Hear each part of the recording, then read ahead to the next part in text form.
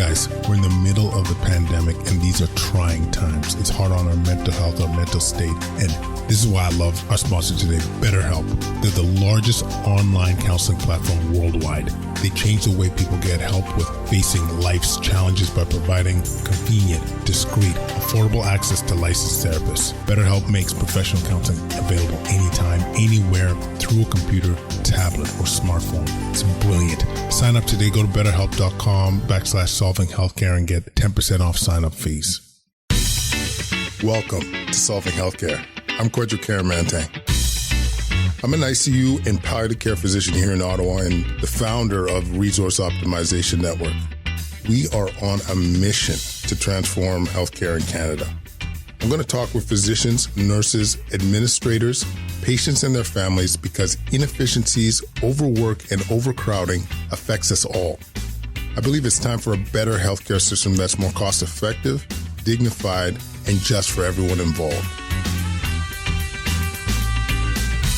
Qualcast Nation, you guys have been demanding a show on sleep, so I got one of the best, Dr. Kirk Parsley, to come and talk about this bad boy. This guy's I would say he's one of the world experts on the topic. He is a former Navy SEAL and saw how much sleep was impacting other SEALs' performance, their mental energy, like all aspects of health were tied to sleep. And so he really tackled this on with full steam. And, you guys are going to learn a ton. We talk about defining sleep. We talk about the benefits of having adequate sleep in terms of your performance, insulin resistance, longevity, etc. We talk about the impact sleep aids have on sleep, talking about being unconscious versus sleeping, like a lot of nuance there that is great. We even get into sleep cycles and what it means to have high quality sleep. So I think you guys are going to love this. This is part 1 of 2 with Dr. Parsley. And at the end of this all, I hope we increase our value of sleep, realize why it's so important, and just lead better lives. So without further ado, the one and only Dr. Kirk Parsley. The guy is full of knowledge, full of game, and it is a true privilege to have you on the show, Kirk. Welcome to the podcast. Thank you. I'm full of a lot of stuff. We're about to find out, I guess. I truly enjoy your story in terms of how you came to, trying to improve the health of your colleagues as a Navy SEAL. But in your words, how did you get into the world of sleep? Like, what was your journey to that? Yeah, so I'll truncate it and we'll talk specifically about the medical journey. Just to be clear, I was a SEAL first. Did 6 years in the military, got out, went to college, went back into the military to go to medical school at the military school in Bethesda, and then went to the SEAL teams as a physician. And then being a Western trained MD, I knew how to identify, diagnose, and treat disease, but none of the guys had diseases. That's not what they were coming to me. These were healthy, robustly healthy people who by 99% of the standards of the world, people would say that person's, a physical specimen of health, right? This is health personified. But they have their own expectations of their own performance, just like a professional athlete would, or an Olympic athlete or something like that. And I don't like to compare them to athletes because I think it's an injustice to the SEALs. I think it's a lot harder to be on your game 365 days a year for 20 years in a row than it is to play seasons of sports. But just like athletes, their biggest fear is being put on the bench. And the person who can put them on the bench easier than anyone else is the healthcare provider. And so they don't go see doctors unless they have exhausted every other means. And when they do, like when they're scheduled to just come see a doctor for a follow-up, they're just going to lie right to your face and say, everything is perfect, man. I got no problems whatsoever. But because I'd been a SEAL and they trusted me not to put them on the bench, they came in, they closed the door behind them and they said, hey man, you're my brother. Let me tell you what's really going on. And I honestly had no idea. I had no idea what was going on with them when they told me their symptoms. And it started with one guy, another guy. And, it's a word of mouth community. And, I'm sure there were conversations like, hey, there's a SEAL doc back here, man. Like, you should go chat with them about, the stuff we've been talking about, because they'll talk with each other about it, I just started testing everything because I didn't know. They obviously didn't have disease, but they all came in with these same symptoms, man. They were feeling lethargic. They were feeling unmotivated. They were feeling like they had really labile emotions.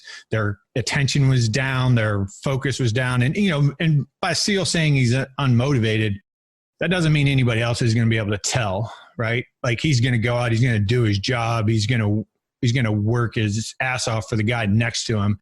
You're probably not going to be able to pick up on the fact that he's not feeling motivated, but he's grinding through every step of his life because he doesn't feel like doing anything that he's doing, although he wants to be doing what he's doing. Right.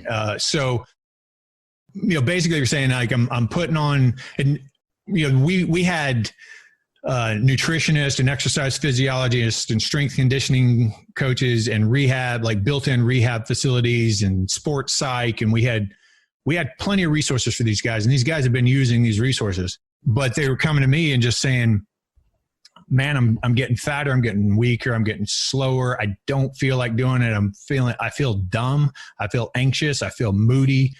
My sex drive is down. Their sex performance might even be down. But none of them complained to me about not sleeping. Not a single one of them.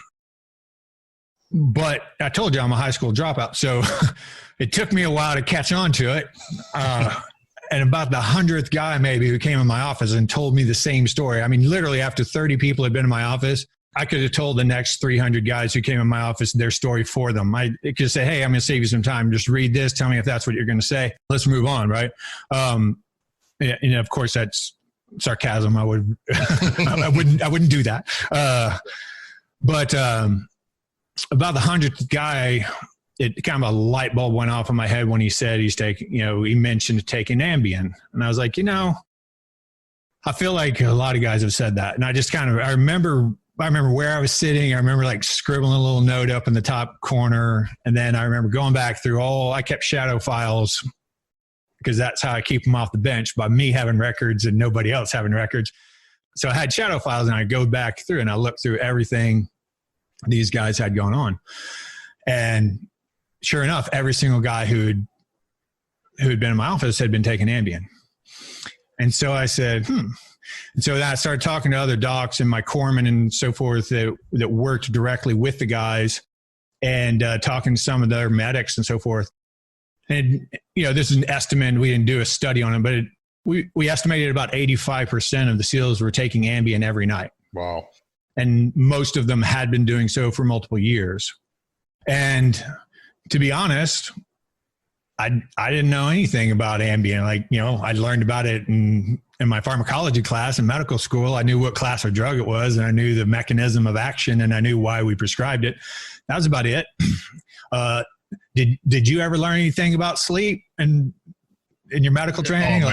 I didn't learn a damn thing about sleep. Maybe for 5 minutes. I didn't know. What I mean? I'm like, I didn't know what sleep was any more than anyone else is. In fact, it's really interesting. I can even talk to a room full of doctors, but I say this at a lot of my lectures. I'll say, hey, before we get started, it's always helpful to define the terms that we're talking about. So who here has a good definition for sleep? Crickets, right? Yeah. It's always crickets. I mean, it can be 100% of the room can be physicians. Crickets. Nobody knows. So I just had to educate myself. Now, fortunately, I was in a really good position because the SEALs, this was 2009 was when all this started. So the SEALs already had this quasi-celebrity status about them. And so I could read a book, watch a TED Talk, go to a seminar, watch a video, whatever, and I could call that person and say, hey, I'm the doctor for the West Coast SEAL teams, and I read your book, or I've been introduced to your work and whatever means here. And I'd like to learn from you. I'd like to come proctor under you. I'd like to run cases by you. I'd like to have video calls with you, whatever whatever you would be willing to do. And every single one of them volunteered. I think maybe one or two people charged me to like come actually shadow them. And I did all that on my own dime. I took leave when I went to do that. I paid for my own flights. I paid those people myself if I did that. And, and I did all this sort of in addition to my daily work, because nobody was paying me to learn about sleep, Mm-hmm. And, one of the things that I found when I just started shotgunning tests, I was taking, these guys were giving up 16 vials of blood to get 98 different lab tests, because I was just going, let's look at everything that could be involved. Right. Mm. And what came back is these guys look like they look like pre-diabetic, metabolic syndrome, 65-year-old, moderately obese men, on labs. And then the guy sitting in front of me is 32 years old with 6-pack abs and, working as a job of a SEAL. So wow. Completely incongruous. I'm like, I don't understand. How does a 32-year-old guy have a total testosterone of 252? And when I send him to endocrinology, they go, well, that's normal, because the normal range is 250 to 1100, and he's 252. Mm-hmm. He's 32. He has to carry 200 pounds and jump over a wall and kick in the door and shoot people. Like maybe he needs a little more than a safety factor of 2. Mm. So anyway, I, of course, being trained as I was and thinking like a Western physician, like what I wanted to do was go in there and I wanted to decrease their estrogen and increase their testosterone and increase their DHEA and decrease their sex hormone binding globulin and improve their insulin sensitivity and decrease their inflammation, decrease their oxidation, like all of the, give them thyroid medication. Almost all their thyroids are off. And I just wanted to go in and fix all that. But first of all, the Navy wouldn't have even let me do that if I wanted to. But if the Navy would let me do it, almost everything that I did would have disqualified them from their job, because you can't be dependent upon a pharmaceutical and then jump on a plane and fly to God knows where for God knows how long and do stuff where you might not have your medication. Right. So fortunately, that forced me to say, well, let's see how much power we can get out of sleep. Because once I learned about sleep and what actually happens when you're sleeping and why we sleep, then it made a lot of sense to me. Like this was Occam's razor of all of the things, right? Because how can you say, well, these 6 hormones need to be adjusted on these guys, and these sort of oxidative and inflammatory markers need to be modified on these guys, and like what's the unifying theory for all of that? Mm-hmm. Well, the unifying theory turned out to be sleep, and I literally got laughed out of the room when I tried to bring this up to the leadership and say, hey, this is what I think's going on with the guys.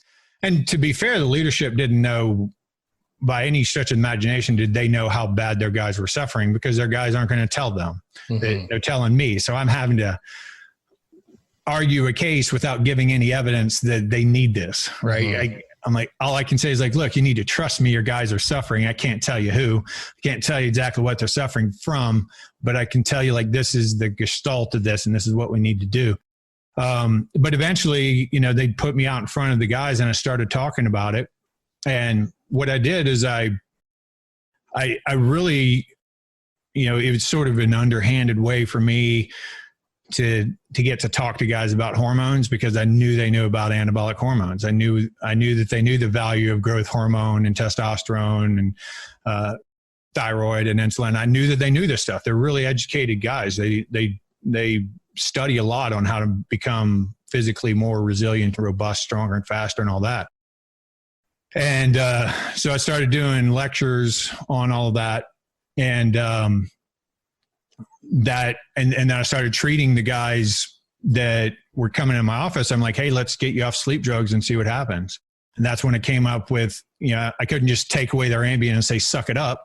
I had to give them something. So like we came up, and I worked with the guys. Like I'm like, well, here's what I've studied. And I'm like, I know these nutrients are really important for sleep, and this is kind of how it initiates. And I was given actually a pretty big dose of melatonin back then, something I wouldn't do now, but had this whole combination, and they were all taking it, and got all these guys off of off of their sleep aids, and I was supplementing their DHEA and pregnenolone and using zinc to block aromatization of testosterone to estrogen.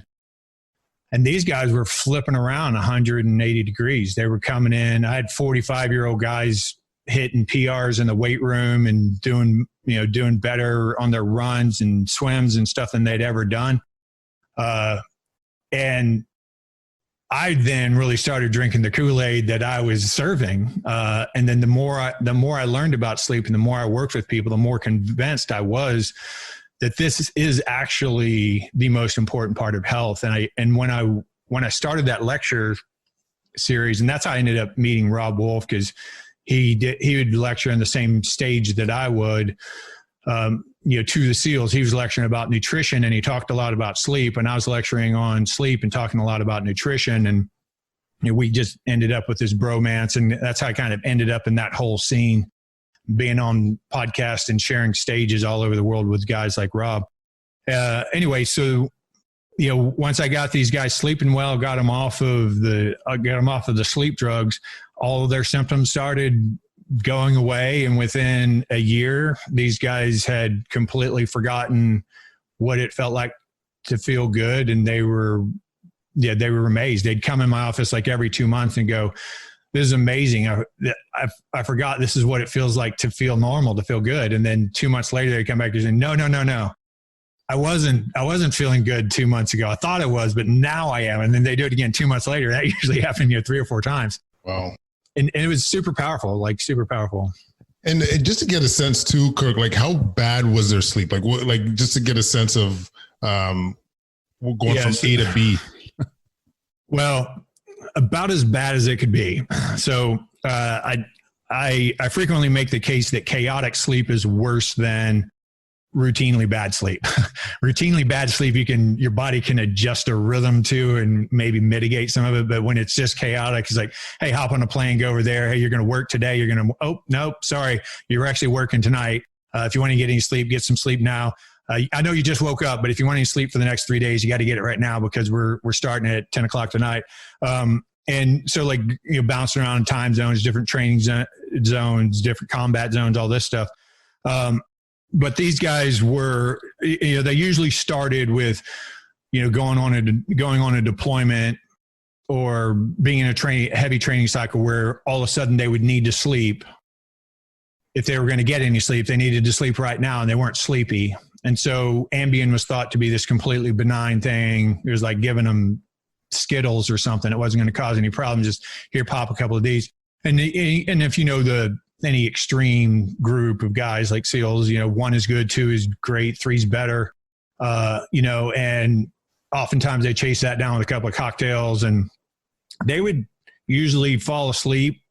If you want to call it sleep, it wasn't really sleep. They were going unconscious, and they'd wake up about 4 o'clock in the morning. This is the routine story they would tell me. So they'd maybe sleep 4 hours. They'd wake up about 4 o'clock in the morning, couldn't go back to sleep. And they would say, you know what, I'm going to get up. I'm going to go to work. I'm going to work out. I'm going to put in a really hard workout. And I'm going to work all day today. I'm not going to take any breaks. I'm not going to take any naps. I'm going to be exhausted when I come home tonight. I'm going to sleep tonight really good. Mm-hmm. And I'd say, how long you been trying that? It'd be like 2 years. I'd be like, keep going, man. It's going to work. It's going to work tonight. Like, you just got to hit that magic watershed point, and it's going to work. And so, a lot of these guys have been doing multiple years with essentially no sleep, because when I did sleep studies on these guys, their sleep studies would come back 99% stage 2 sleep, which isn't sleep at all. Yeah. We'll get into the stages of sleep actually, which I think is really important, because there's a lot of misconceptions like, you're unconscious, thus you're sleeping. We see this in my world in the ICU, and certainly in amongst common folk. But I think actually a good point to talk about is what is impacted when you're lacking sleep. Because we're talking about SEALs that need to be on point, like they need to be like, these are life-saving missions that are intense, but like when you are lacking sleep, look, let's put it out there. What is impacted by that? Yeah, well, I meant to say this earlier when I was on my diatribe of how I got to where I am. I used to start my lectures with, the definition of sleep. And then I'd go into what I called the 4 pillars of health, which was sleep, nutrition, exercise, and stress mitigation. And I've since switched that, and there's 3 pillars of health sitting on this foundation of sleep, because I honestly do not think that there is any, well, I know for a fact, I know it as well as I know anything, as much as anyone can know anything. I know for sure that poor sleep impacts every single area of your life. And the area that it impacts most is whichever area is most important to you, because it impacts every area probably equally as bad. And so everything it means to be human, the human experience, to design and orient yourself towards a future that you want, right? Everything that's in that, every single component that you need to get to that future you're orienting yourself towards is reliant upon your ability to do that, which is based on your ability to recover from today. The whole point of sleep is to prepare you for tomorrow, right? My body and my brain use today as a template to guesstimate what tomorrow is going to look like. And if all of these systems and things were stressed and strained in my body and damaged, and I need to repair these things, and if anything, I need to make more robust so that it can handle tomorrow, and I can wake up tomorrow a little better than I am today. That's what sleep does. Now, if you don't get enough sleep, tomorrow still comes. You don't get, right? You don't get to reset. There's no reset button. It's like tomorrow still comes. You didn't get enough sleep. So how are you going to get through the day?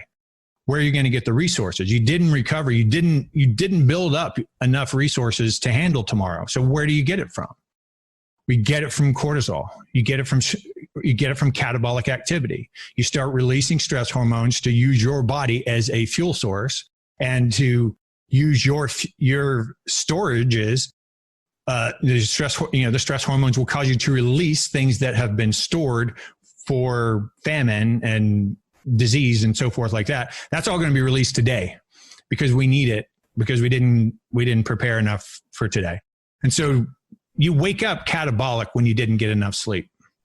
Even if you aren't waking up catabolic, you will be much more catabolic that day than you would be if you got a full night's sleep. Now, basically, a very simplistic way to say this, and I don't mean to offend anybody's intelligence by saying this, but it's overly simplistic, but it's a good way to think about it. Is basically anabolic activity happens while you're asleep, and catabolic activity happens when you're awake. When you are awake, you are catabolic.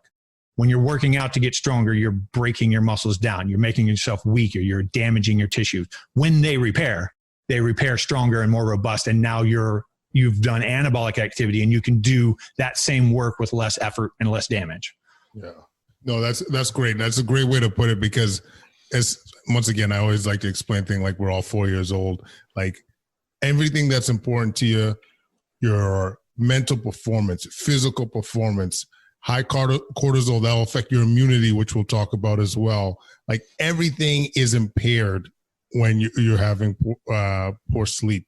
And so, Kirk, maybe talk about if we could get into like the sleep basics. Like you always hear like this talks about these cycles of sleep, REM. Do I need more REM sleep? What have you? What's the lowdown? Yeah. So this has really become popular. The funny thing about all this, I mean, it's just by sheer coincidence, I think when I started doing this, I mean, it was like digging for treasure to try to find any information on sleep other than, scientific journals that, seem purposefully designed to be unreadable, and just more confusing than helpful. And, now it's like everybody's on to sleep and everybody's wearing these sleep tracking devices, and they're like, sexy. It's like, I don't know when sleep became sexy, but it is like the sexiest thing around now. Yeah. And Rob and I used to always say, why is it so hard to convince people to sleep, man? It seems like it should be as easy as selling sex. Like it feels good. It's natural. You don't even have to learn anything to do it. Like, why wouldn't you just hop on this bandwagon, man? Yeah. It's cognitive dissonance that keeps people from doing it. But yeah, so now everybody has all these sleep tracking devices, and they want to ask me like, hey, I got 2 hours and 37 minutes of REM sleep, and I got 4 hours and 18 minutes of deep sleep, and I want to know, should I do this? Should I do that? I'm like, pump the brakes, man. Like, let's be honest. Like, we're doctors. We know how much we really know, right? Like, there's a lot of information out there, and there's a lot of general ideas on how things work, but we're wrong about at least half of what we think we know. And it doesn't do any good to get down into the weeds before you've planted the garden, right? So let's build up the basics. And so the basics are this. I'll superficially talk about sleep initiation and sleep hygiene, and we can come back to it if you want. But as most people know by this time, our ancestors fell asleep about 3 to 3.5 hours after the sun went down. And the trigger for that was a decrease of blue light because the sun went down. They didn't have any other form of light other than a fire, which doesn't have a lot of blue light emission from it. And so blue light went down. The ganglia in the back of the eye that sense blue light have nothing to do with vision. These go directly to this sort of circuitous pathway back to the pineal gland to secrete melatonin. Melatonin is sort of like the starter pistol that starts changing hundreds of cascades of events and changing neurochemistry, all the polarization of your neurons, which regions of the brain are communicating most effectively. Everything shifts. Your whole neurophysiology shifts. And one of the big things that happens is a neuropeptide named GABA starts being secreted from the brain stem in higher quantities, and that basically hyperpolarizes the neocortex to make you pay attention to your environment less, right? And of course, your eyes are still working, your ears are still working, your nose is still working, your skin still feels like everything still works. You're just not paying attention to it. You're not engaging with your environment. And that's really the sleep science definition of sleep, is that there's a barrier between you and your environment, and that you can be awakened past that environment, and then we'll call that sleep. I would add to that you need predictable neuro waves, right? You need a predictable EKG to at least establish that you are in some form of sleep and not just simply unconscious, right? If I hit you in the head with a baseball bat and you fall to the ground, nobody would call that sleep, right? They would say that's unconsciousness. And if we studied your brainwaves, it wouldn't look like sleep. So I think the brainwaves should be added into that, but who am I? I don't get a vote on this. So anyway, so what happens if all of those things get initiated and you start progressing down the pathways towards sleep? It's a gradual process. Like I said, it takes about 3 hours to shift your neurochemistry, your neurophysiology enough to where you feel like sleeping. And then what you will feel is stage 1 sleep. That's when you're feeling the sleep pressure. And the sleep pressure is a buildup of adenosine in the brain, is one of the big factors in that. And that will push you to feel like you want to go to sleep and make you feel fatigued and lethargic and lay down, close your eyes, and you're in stage 1, so you can still hear stuff, right? You're still hearing the rain on the roof, or maybe the television in the other room, whatever. You're kind of aware of it, but you're not really paying attention. You know it's slightly different. And then you drop down into stage 2 sleep, which is actual sleep. It's called transition sleep. And then you go down into the slow wave sleep, or deep sleep, or stages 3 and 4 sleep, or delta and theta sleep, wherever. They keep changing the names, but we'll just call the deep sleep, we'll call that non-REM. This is kind of the in vogue thing, is non-REM and REM. So the deep sleep comes first, and the deep sleep is that anabolic activity I was talking about. During that anabolic activity, your immune system is functioning at its highest, right? You're fighting everything off. If you're repairing any damage, you're fighting off infections, viral, bacterial, parasitic, whatever. Like you're the most anabolic you're going to be at any time of your life, because you have the lowest stress hormones that you will ever have at any point in your day is while you're in deep sleep.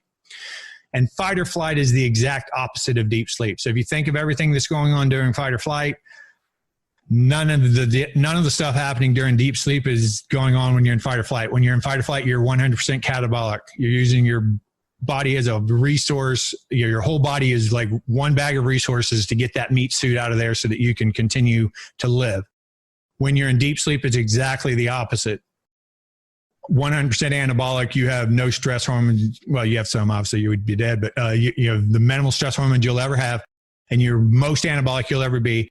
You're repairing all the damage. You're pruning. You're flushing toxins out of your brain. Right. A lot of people have heard of that. Right. The lymphatic system, where your astrocytes shrink down about 30%, create channels for the cerebral spinal fluid to flush out waste products that are built up in your brain.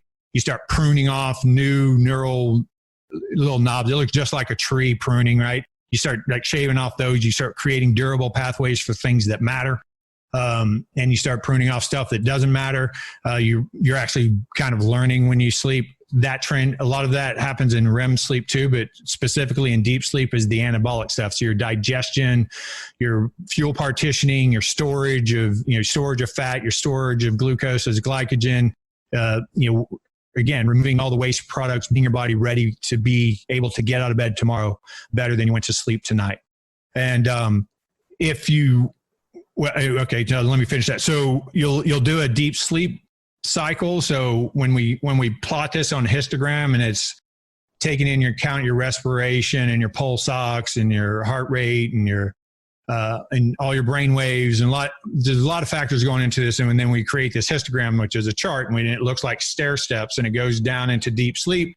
That deep sleep lasts about 90 minutes. And then you start crawling back out of that. You go past stage 2 sleep again, and you go into a little cycle of REM, and then you do another deep sleep. That's at the beginning of the night. And then that transitions every sleep cycle. So once from stage 1 all the way through a REM sleep back down to the next stage 1, that's one sleep cycle. Those are 90 to 120 minutes long.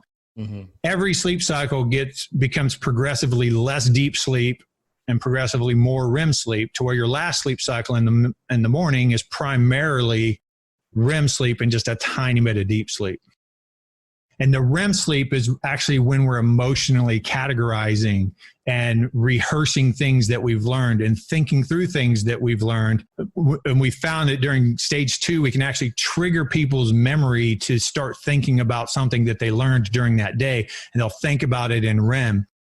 And if you've ever learned a language or been struggling with a math problem and gone to sleep and woken up in the morning with the answer, that happened during REM, because you started associating areas of your brain that weren't associated before. You put information together that you've been able to connect in a way that you couldn't do while you were conscious, that you couldn't do when you had a lot of stress hormones going on. Because stress hormones impair the prefrontal cortex. Mm-hmm. And so if you wake up deficient in any of those things, it's pretty obvious what you'll be deficient in.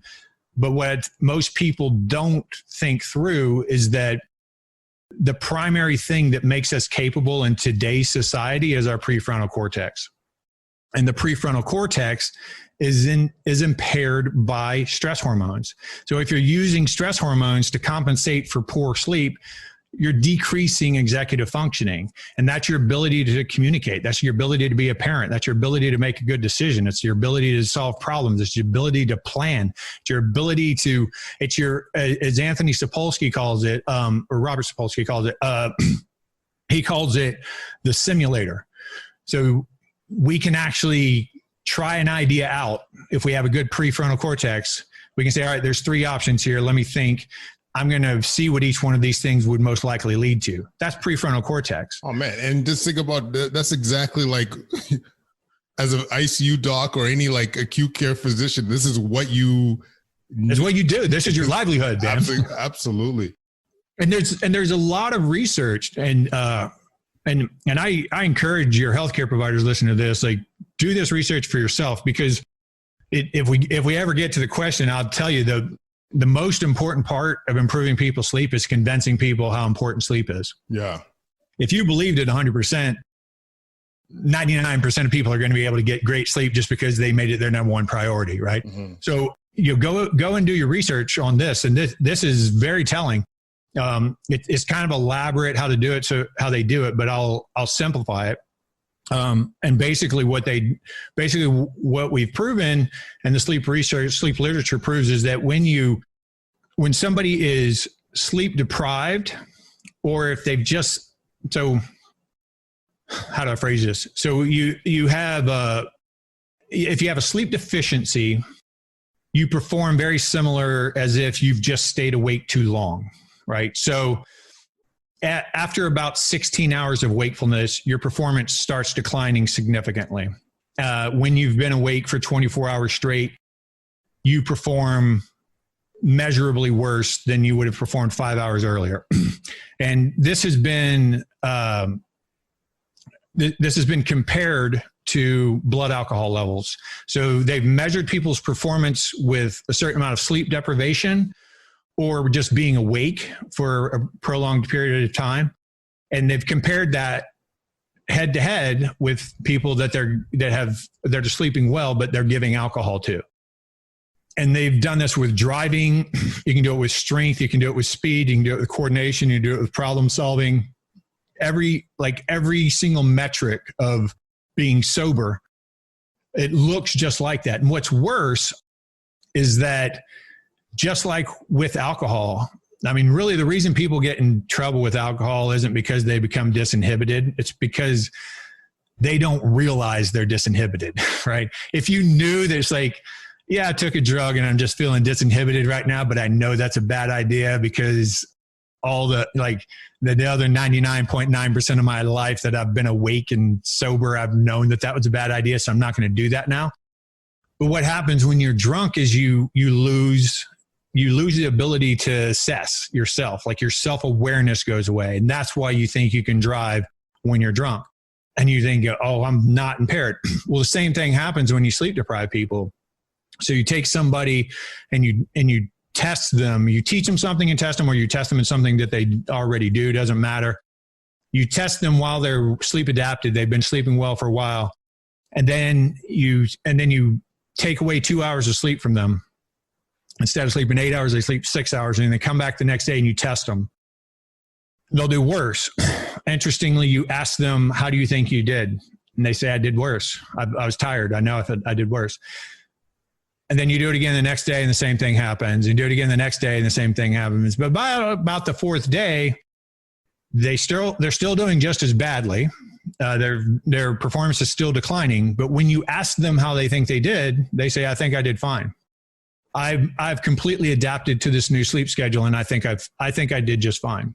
And then you can show them the data, and there's documentation that the subjects will actually argue with the researchers that their data is wrong because they know for a fact that they did just as well today as they had been doing before. So is that why you hear those people that say like, oh, I could operate on 4 hours of sleep, no problem, I feel good. Right. Like that's the science behind it. Wow. Right. And so what I find a lot when I get people, when I get these really sort of frenetic paced clients that I work with in these annual programs, these people haven't slept well in decades, a lot of them.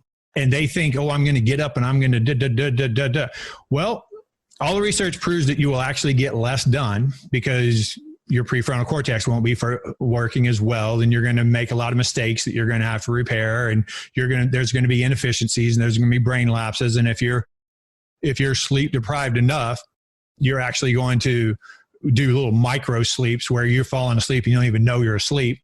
And then you're coming back to wakefulness and it's like a blip in the matrix and you don't even really know what happened and you just keep going on about your day.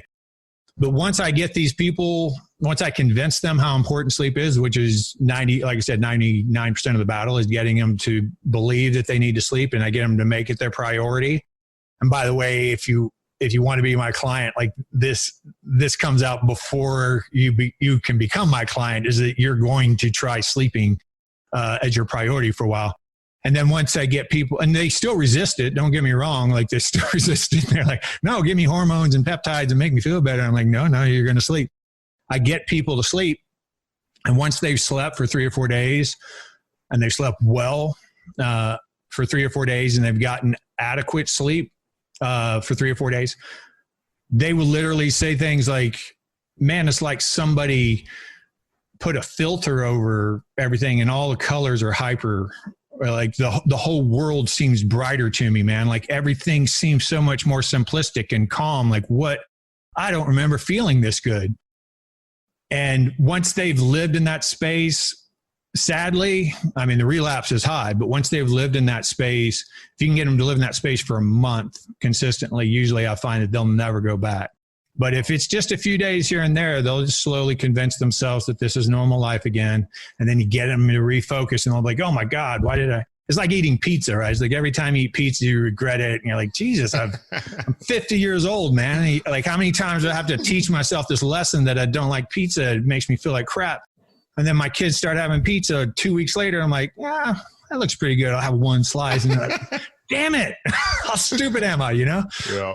So that's how it goes, man. Wow. No, this is people, this is gold. I mean, I got so many questions actually, but just to reinforce what Kirk was throwing down, like, you know, you have the stages of sleep, but your deep sleep, that's where you're getting your recovery, where you're getting that anabolic processes, like true recovery. So, because a lot of those sleep aids, if I'm not mistaken, Kirk, they're not necessarily getting you into that deep sleep, you know, like as we were alluding to with Ambien and so forth. Right.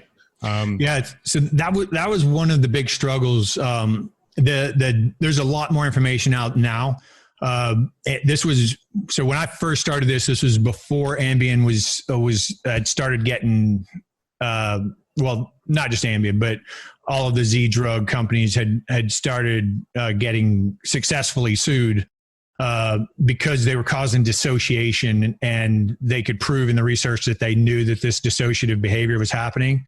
So if you think about it, it's really like it's almost like you're making somebody schizophrenic because you're dissociating their neocortex from their lizard brain. And you're basically just turning that filter off. Like you're just saying, all right, let's get rid of this neocortex. We don't need that, because you're using this GABA analog that's 1,000 times more powerful than GABA.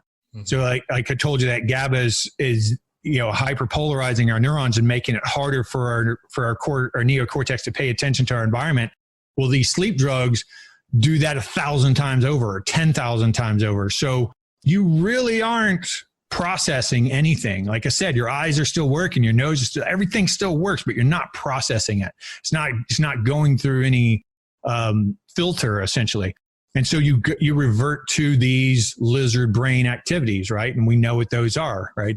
These are the survival animal instincts, right? And so they'll go out and they'll purchase, or I don't know what you call it, solicit a prostitute for the first time in their life, or they'll drive to Vegas and gamble away their life savings, or, you know, they'll go downstairs and eat all their kids' junk food or whatever.